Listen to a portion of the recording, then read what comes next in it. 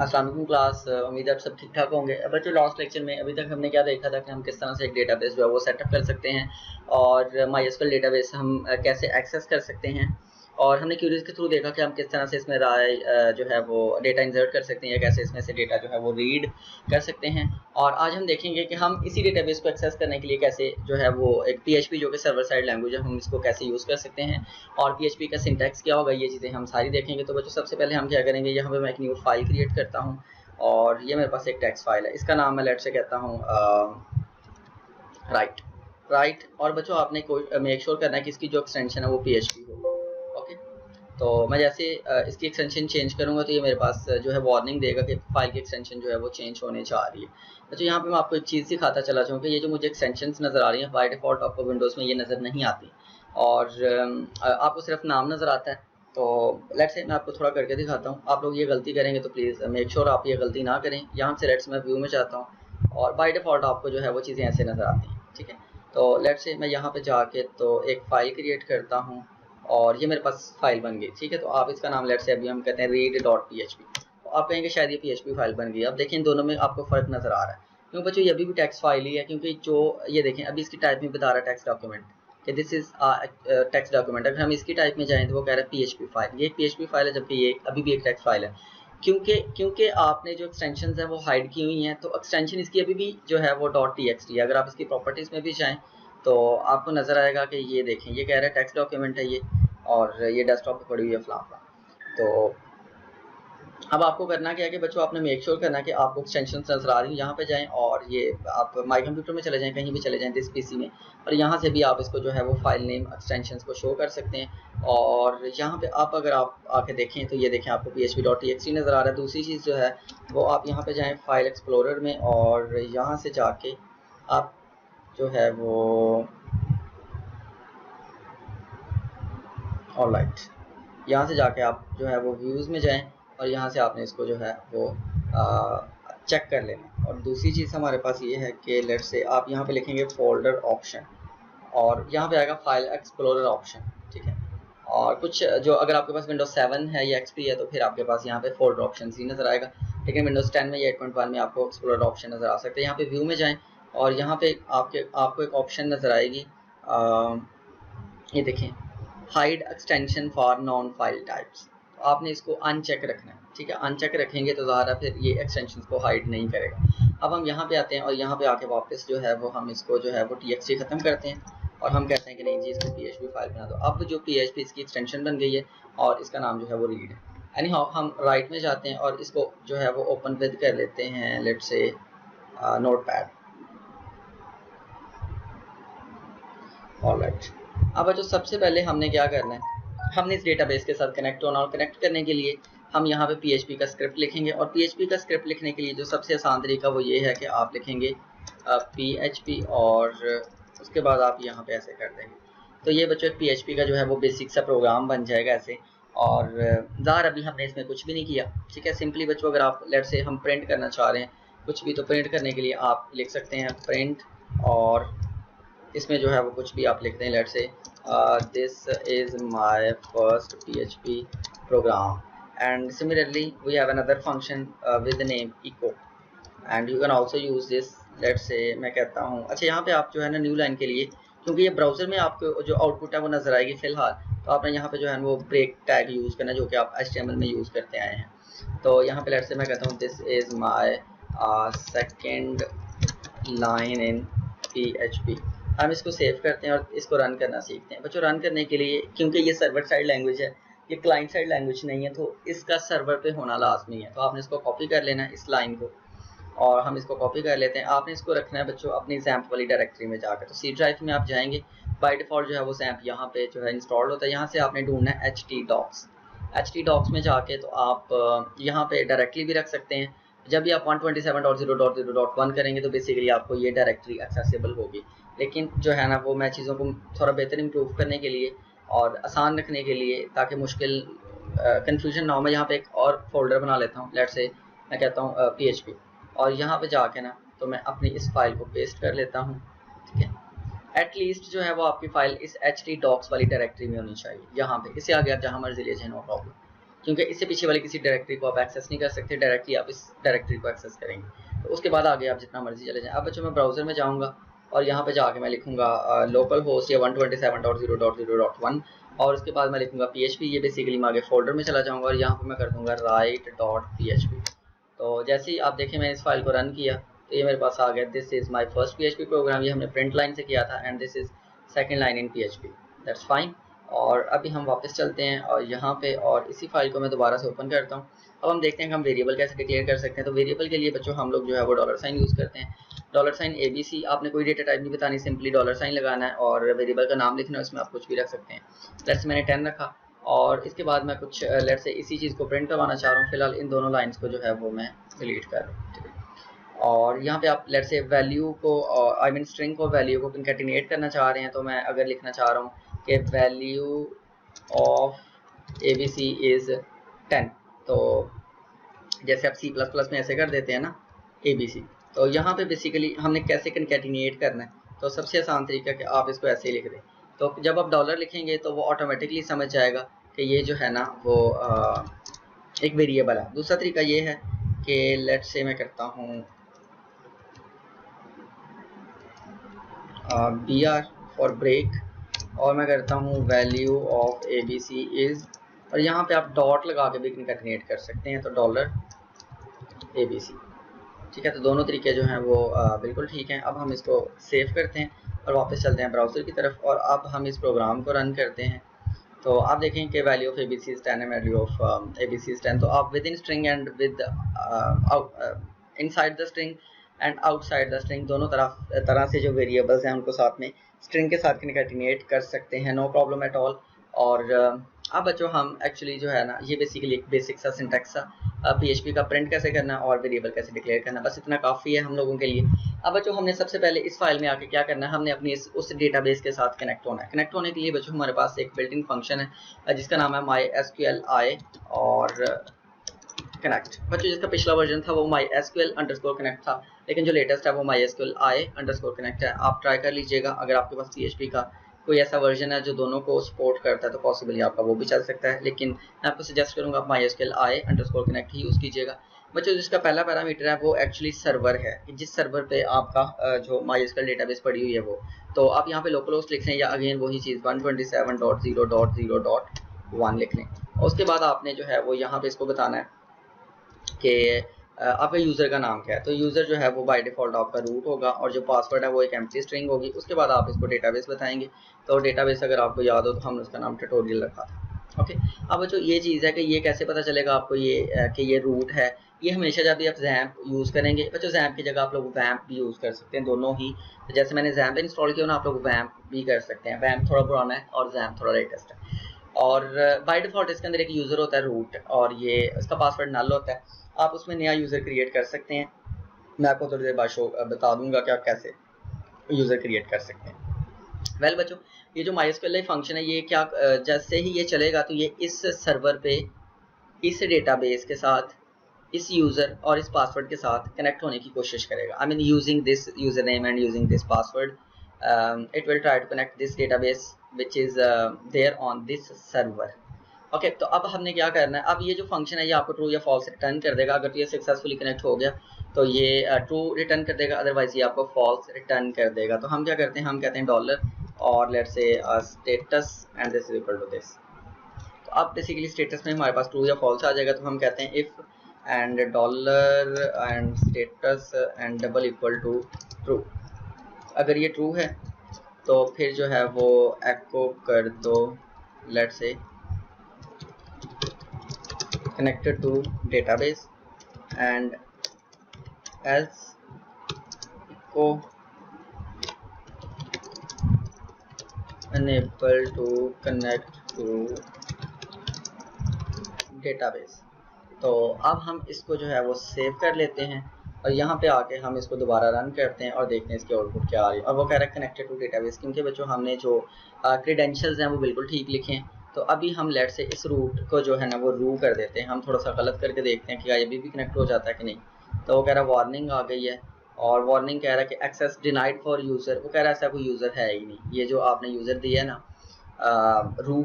तो वो कह रहा है on line number 3, line number 3 में एरर है और unable to connect to database, वो जो आपकी लाइन थी वो भी इसने साथ ही जो है वो प्रिंट कर दी। ऑलराइट, तो अब बच्चों अगर हम यहाँ पे जो है वो डेफिनेटली हमें यहाँ पे रूट ही करना है। इसको अगर हम बच्चों थोड़ा मज़ीद बेहतर कर लें तो हम अगर इस तरह से कर लें इसको कि डॉलर, और इसको मैं कह देता हूँ server and this is equal to let's से लोकल होस्ट, एंड उसके बाद मैं यहाँ पे कर देता हूँ dollar user name and this is equal to root and then dollar password and this is equal to an empty string, and then I can declare another variable with name database and this is equal to tutorial. Fine. और बच्चों ये बहुत बेहतर approach होगी कि अगर हम यहाँ पे अब कर दें जैसे dollar server dollar user name dollar password and dollar database. Alright, तो अभी भी ये बिल्कुल ठीक है। अगर मैं इसको रन करूं और वापस हम अपने ब्राउज़र की तरफ जाएं तो इसको रन करेंगे तो ये कह रहा है कनेक्टेड टू डेटाबेस। अब बच्चों अगली चीज़ आती है कि अगर हम कनेक्टेड हो गए तो क्या अब हम डेटाबेस में इंसर्ट कैसे करेंगे। तो डेटाबेस में इंसर्ट करने जैसे बच्चों कनेक्ट करने के लिए एक फंक्शन था, तो इसी तरह जो है वो इंसर्ट करने के लिए भी हमारे पास एक फंक्शन ही है। तो बच्चों हम इंसर्ट उसी वक्त करेंगे डेफिनेटली जब हम जो है वो इसके साथ कनेक्टेड होंगे। तो यहाँ पे जो है वो मैं एक ब्लॉक डिफाइन कर लेता हूँ कि अगर हम कनेक्टेड हैं तो फिर हम क्या करेंगे। तो यहाँ पे बच्चों हम जो है वो इसको बेशक आप कमेंट कर लें, ज़ाहिर है आपका कोड चलेगा, आपको पता चलेगा। दूसरी चीज़ बच्चों ये है कि आप ये इज इक्वल टू ट्रू ना भी लिखें, ये तब भी ठीक है।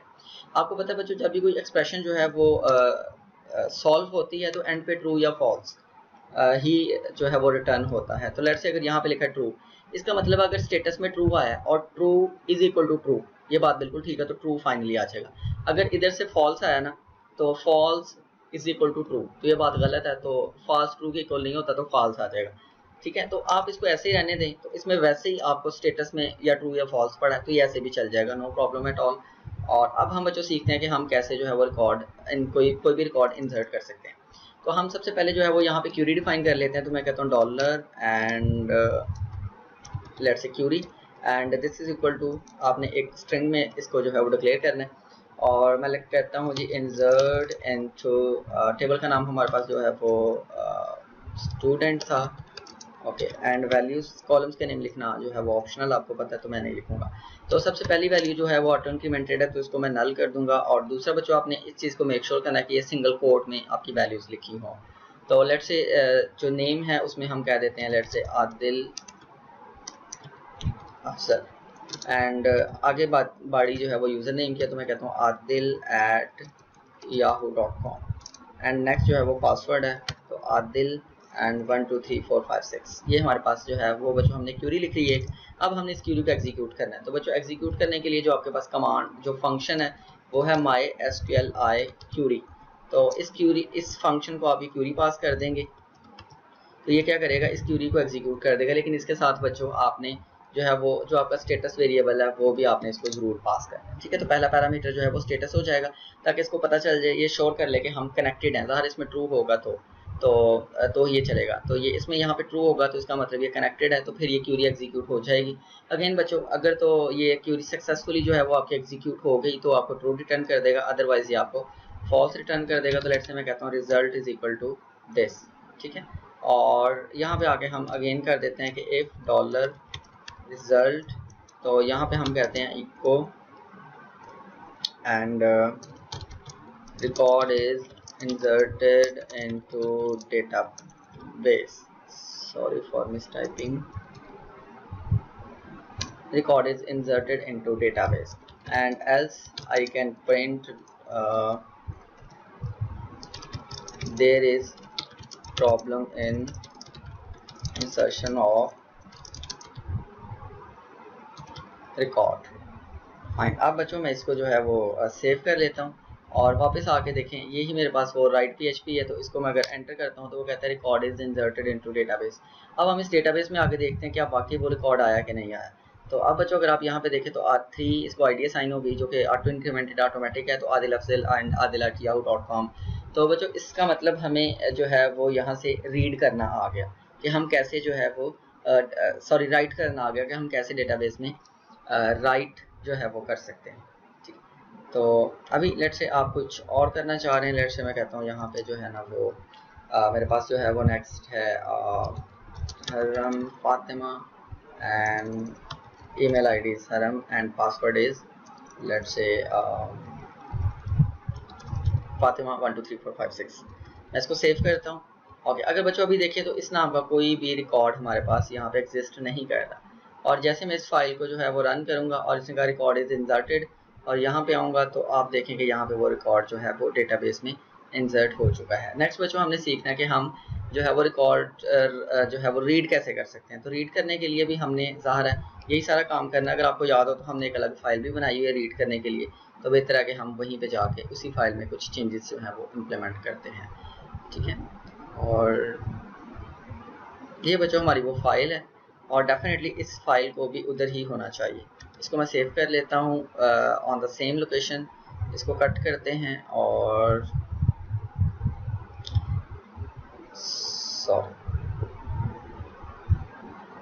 C drive and then XAMPP and then HT docs PHP, और यहाँ पे जाके हम इसको पेस्ट कर लेते हैं। इसको अब हम यहाँ पे जो है वो ओपन कर लेते हैं। ओके बच्चों, जो कनेक्शन तक का जो प्रोसीजर है वो तो बिल्कुल सेम है कि हमने कनेक्ट होना है, और अगर कनेक्ट हो गए तो हमने अपनी क्यूरी को एग्जीक्यूट करना है। ज़रा अब हमारी क्यूरी जो है वो यहाँ पे कुछ चेंज होगी। अब हम जो है वो रीड करना चाह रहे हैं, तो मैं लिखूँगा सेलेक्ट स्टैटिक फ्रॉम स्टूडेंट, जो भी आपकी क्यूरी है। फिलहाल मैं सब कुछ ही इसमें से जो है वो रीड कर रहा हूँ। ठीक है, आपने बच्चों परेशानी होना, ये जो ये टर्मिनेट कर रहा है इस स्ट्रिंग को, और ये टर्मिनेटर है इस क्यूरी का। ये वैसे ऑप्शनल होता है, आप ना भी लगाएंगे अंदर वाला तो कोई मसला नहीं है। अब अगेन बच्चों हमने इस क्यूरी को एग्जीक्यूट करना है, तो हमारे पास जो क्यूरी का एग्जीक्यूट करने के लिए फंक्शन है वो है mysqli query, and first parameter is status and second parameter is query, और इसको हम जो है वो अच्छा बच्चों आप देखें अब हमारे पास जो रिस्पॉन्स आएगा इस क्यूरी फंक्शन का, ये कोई ट्रू या फॉल्स नहीं आएगा, बल्कि इसमें हमारे पास अब रिकॉर्ड्स आएंगे। ठीक है, देखें पहले तो येस और नो में आंसर आना था कि रिकॉर्ड इंसर्ट हुआ या नहीं हुआ।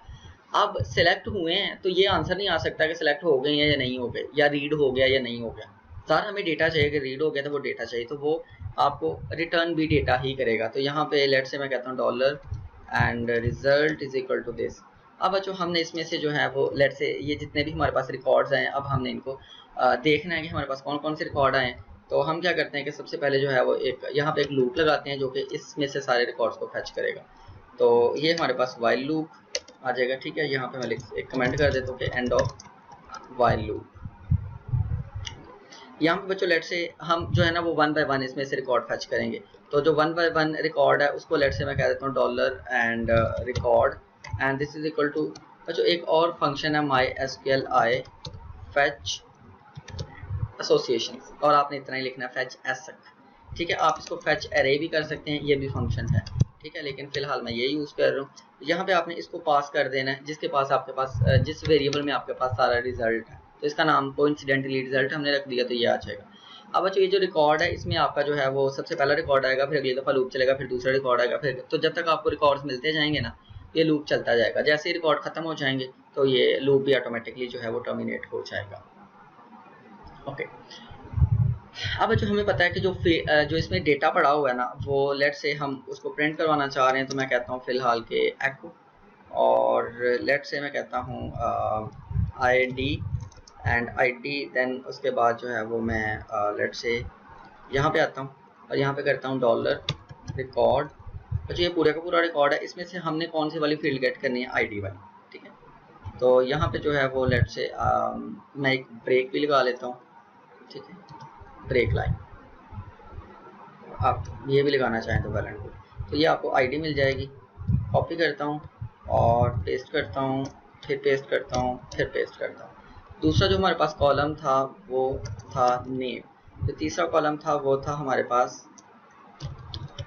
यूज़र नेम, एंड देन हमारे पास जो अगला कॉलम था वो था पासवर्ड। तो मेक श्योर कि आपने ये ID name user name password same लिखने हैं, ये बिल्कुल भी गलत नहीं होने चाहिए, अदरवाइज ये प्रॉब्लम करेगा। और यहाँ पे जो है वो लेट से हम कर देते हैं नेम, और यहाँ पे कर देते हैं यूज़र नेम, एंड ये बच्चों string as it is show हो जाएगी, और पासवर्ड। ठीक है, तो उसके बाद जो है वो अगेन मैं कर देता हूँ लेट से इको, और यहाँ पे हम जो है वो एक और ब्रेक लाइन लगा देते हैं और एक और ब्रेक लाइन लगा देते हैं ताकि हमारी जो आउटपुट है वो थोड़ी सी फॉर्मेटेड हो जाए। इसको बच्चों मैं सेव कर रहा हूँ और अभी हम क्या करते हैं कि अभी हम इस फाइल को रन करते हैं। तो वापस चलते हैं और मैं कहता हूँ local host and then php and then write की बजाय जो है वो मैं कर देता हूँ read.php। तो बच्चों आप देखें जैसे हमने इस फाइल को रन किया तो ID1 नेम अजीम यूज़र नेम, अब ये देखो ये ID name user name password ये वो चीज़ें जो मैंने खुद लिखी थी एक्सप्लिसिटली, और ये 1 अजीम@gmail और ये सारे के सारे रिकॉर्ड जो हैं वो हमारे पास यहाँ पे नज़र आ रहे हैं। ठीक है, और लेट्स से आप मज़ीद इसको थोड़ा सा बेहतर करना चाहें तो आप यहाँ पे एक वेरिएबल लगा लें, लेट्स से count and this is equal to 1 initially, और यहाँ पे मैं कर देता हूँ लेट्स से इको, बल्कि आप यहाँ पे प्रिंट भी कर सकते हैं, तो दोनों में से आप जो मर्जी यूज़ करें कोई मसला नहीं है। तो यहाँ पे मैं कर देता हूँ लेट्स से रिकॉर्ड नंबर और यहाँ पे आके कर देता हूँ डॉलर काउंटर, तो अब ये आ जाएगा रिकॉर्ड नंबर जो भी है आपका, लेट्स से पहला है, दूसरा है, तीसरा है, और इससे भी पहले आके मैं यहाँ पे कर देता हूँ लेट्स से पेंट, और यहाँ पे हम कर देते हैं लेट्स से कुछ ऐसे। ठीक है, और यहाँ पे अगेन जो है वो ब्रेक कर देते हैं, तो ये एक लाइन आ जाएगी सबसे पहले, उसके बाद आ जाएगा रिकॉर्ड नंबर न्यू लाइन में। ठीक है, और उसके बाद लेट्स से मैं चाहता हूँ कि अगेन जो है वो यही चीज़ आ जाए, और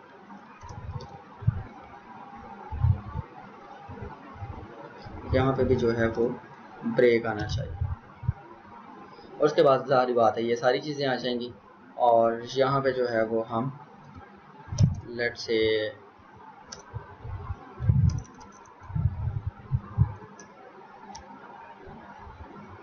इस तरह से कर देते हैं। ठीक है, अब हम इसको सेव करते हैं और वापस चलते हैं, रिफ्रेश करते हैं, तो आप देखें रिकॉर्ड नंबर ओप्स बच्चों ये काउंटर वेरिएबल था तो इसको हमने इंक्रीमेंट भी करना था, लूप की हर आइटरेशन के बाद जो है वो dollar counter is equal plus equal to 1, तो इससे बेसिकली क्या हो जाएगा इसमें एक एक यानी कि इंक्रीमेंट ऑपरेटर है। ठीक है, ये record number 1, record number 2, record number 3 and record number 4, तो आपको ये कुछ फॉर्मेटेड वे में आपको रिकॉर्ड्स नज़र आ रहे हैं। तो बच्चों इस तरह से हमने देखना था कि हम कैसे रीड कर सकते हैं, कैसे राइट कर सकते हैं, और आप अपडेट भी करना चाहें तो बच्चों आप अगर देखें तो आपने सिर्फ ये क्यूरी ही यहाँ पे जो क्यूरी है ये कि जो क्यूरी आपने सिर्फ इसी को चेंज करना है, तो आपका जो है वो सारे का सारा काम हो जाएगा। ठीक है, सारा आप अपडेट करेंगे तो अपडेट हो जाएगा, डिलीट करेंगे तो डिलीट हो जाएगा। यहाँ पे बच्चों मैं आपको एक और बात यहाँ पे मज़े की बताता चलूँ कि एक चीज़ होती है हमारे पास जेसॉन इनकोडिंग, यहाँ पे इस तरह से रिकॉर्ड्स अगर आप लेके चले जाएंगे तो एंड्रॉयड में जाके तो इसमें से रिकॉर्ड्स को फैच करना कि भाई लेट से जिसकी आईडी 4 है उसका नेम क्या है, या जिसका नेम लेट से अजीम है तो उसका पासवर्ड क्या है, तो आपको वहाँ पे गेट करना बड़ा मुश्किल हो जाएगा। तो हम क्यों ना इसको यहाँ से ऑब्जेक्ट्स की फॉर्म में सेंड करें और वहाँ पे हमें ये ऑब्जेक्ट्स की फॉर्म में मिल जाए, जहाँ से हमें डेटा गेट करना बहुत आसान हो। हमारे पास पहला ऑब्जेक्ट हो, दूसरा ऑब्जेक्ट हो, तो हम पहले ऑब्जेक्ट का आईडी गेट करें या नेम गेट करें, या जैसे हम यहाँ पे कर रहे हैं, तो वो बहुत ही बेहतर तरीका हो जाएगा। तो यहाँ पे बच्चों इस सारे कोड को मैं फिलहाल जो है वो कमेंट कर रहा हूँ, और यहाँ पे जो है वो मैं एक एरे डिक्लेयर कर रहा हूँ। तो लेट से मैं कहता हूँ dollar and array is equal to ऐसे कर दें, तो ये एक बेसिकली एरे डिक्लेयर हो जाएगी। और अब हम यहाँ पे क्या करेंगे, मैं कहता हूँ dollar array and this is equal to dollar record. अब बच्चों ऑटोमेटिकली यहाँ पे आपको इंडेक्सिंग पास करने की जरूरत नहीं है, PHP इसको खुद कंट्रोल कर सकती है। पहला रिकॉर्ड पहले इंडेक्स पे आ जाएगा, अगला दूसरे पे, अगला तीसरे पे, अगला चौथे पे, यानी 0 से शुरू करेगा। पहला रिकॉर्ड 0 इंडेक्स पे, अगला 1 पे, अगला 2 पे, अगला 3 पे, अगर आप इसको हम ब्लैंक छोड़ देंगे तो। अब बच्चों फाइनली आपके पास एक एरे आ गई है, और जो है वो लूप से बाहर आए आप, जैसे यहाँ पे आए तो आप कर दें लेट से प्रिंट, और प्रिंट आपने क्या करना है जेसॉन एंड इनकोड, और यहाँ पे जो है वो आप इसको ये अपनी एरे पास कर देंगे डॉलर, और इसका नाम भी एरे ही है। हम इसको सेव करते हैं और देखते हैं अब इसकी आउटपुट क्या आती है। तो आप बच्चों देखें कि ये एक जेसॉन फॉर्मेशन में आपको डेटा मिल रहा है। ठीक है, तो जेसॉन फॉर्मेट बच्चों क्या होता है, मैं आपको जेसॉन फॉर्मेट समझाने के लिए लेट से मैं एक न्यू फाइल क्रिएट करता हूँ और मैं कहता हूँ जेसॉन फॉर्मेट क्या है। बच्चों लेट से मेरे पास जो है वो कुछ रिकॉर्ड्स हैं, लेट से स्टूडेंट्स के ही रिकॉर्ड है। ठीक है, और उसमें मेरे पास ID name user name password है। तो वो जो सबसे पहले वो ये ब्रैकेट्स लगाता है, इसका मतलब ये एक एरे है। उसके बाद जो आपका हर इंडिविजुअल ऑब्जेक्ट है वो ऐसे होगा। तो ये जो बेसिकली आपके पास कर्ली ब्रेसेस हैं ये एक ऑब्जेक्ट को रिप्रेजेंट कर रहे हैं। अब इस ऑब्जेक्ट के अंदर जो डिटेल्स हैं वो कैसे आएंगी, सबसे पहले आएगी की, लेट से हम कहते हैं जी की है आईडी, उसके बाद आएगा कॉलन और उसके बाद आ जाएगी इसकी वैल्यू, तो लेट से आईडी जो है वो 001 है, देन कॉमा आएगा, अगला एट्रीब्यूट, लेट से अगला एट्रीब्यूट है जी नेम, ऐसे आ जाएगा, और उसके बाद जो है ये आ जाएगा कॉलन आ जाएगा, एंड अब जो है कॉलन के बाद इसकी वैल्यू आ जाएगी, तो लेट से वैल्यू जो है वो हामिद है, देन अगेन कॉमा आएगा और नेक्स्ट एट्रीब्यूट आ जाएगा, तो नेक्स्ट एट्रीब्यूट लेट से हमारे पास यूज़र नेम है, और उसके बाद जो है वो इससे बाहर आके ये आएगा, और यहाँ पे आ जाएगा अगेन लेट से जो भी इसका यूज़र नेम है, लेट से abc@gmail.com। ओके, हम कहते हैं जितनी एट्रीब्यूट्स हैं, तो ये आपका ऑब्जेक्ट खत्म हो जाएगा, कॉमा आएगा, इसका मतलब अब नया ऑब्जेक्ट शुरू होने जा रहा है, तो यही काम आ गए। बिल्कुल ऐसे ही ID, name, user name, password, तो ये बेसिकली हमारे पास एक जेसॉन एरे होती है। अब बच्चों अगर आप यहाँ पे ऊपर चेक करें तो क्या आपको इसी फॉर्मेट में डेटा नज़र नहीं आ रहा, ये देखें, ये यहाँ से आपकी ब्रैकेट एरे शुरू हो रही है, आगे ये पहला ऑब्जेक्ट जो कि यहाँ पे खत्म हो रहा है, कॉमा अगला ऑब्जेक्ट यहाँ पे खत्म हो रहा है, और फिर कॉमा आईडी 3 नेम फला फला, तो ये बेसिकली हमारे पास जेसॉन इनकोडेड फॉर्मेट। बच्चों हमें एंड्रॉइड में अगर इस तरह का डेटा मिल जाएगा तो हमारे पास एक एपीआई है, एक लाइब्रेरी है, एक बिल्ट इन क्लास है जो इसमें से सारे के सारे ऑब्जेक्ट्स ऑटोमेटिकली गेट कर लेती है। तो बच्चों ये था आज का लेक्चर जिसमें हमने पीएचपी के थ्रू अपनी MySQL डेटाबेस में रीड करना, राइट करना सीखा, और उम्मीद आप सबको बहुत अच्छी तरह समझ आई होगी। आपको कोई भी क्यूरी हो, कोई क्वेश्चन हो तो आप लोग पोस्ट कर सकते हैं, ईमेल कर सकते हैं। अपना बहुत सारा ख्याल रखिएगा। अल्लाह हाफ़िज़।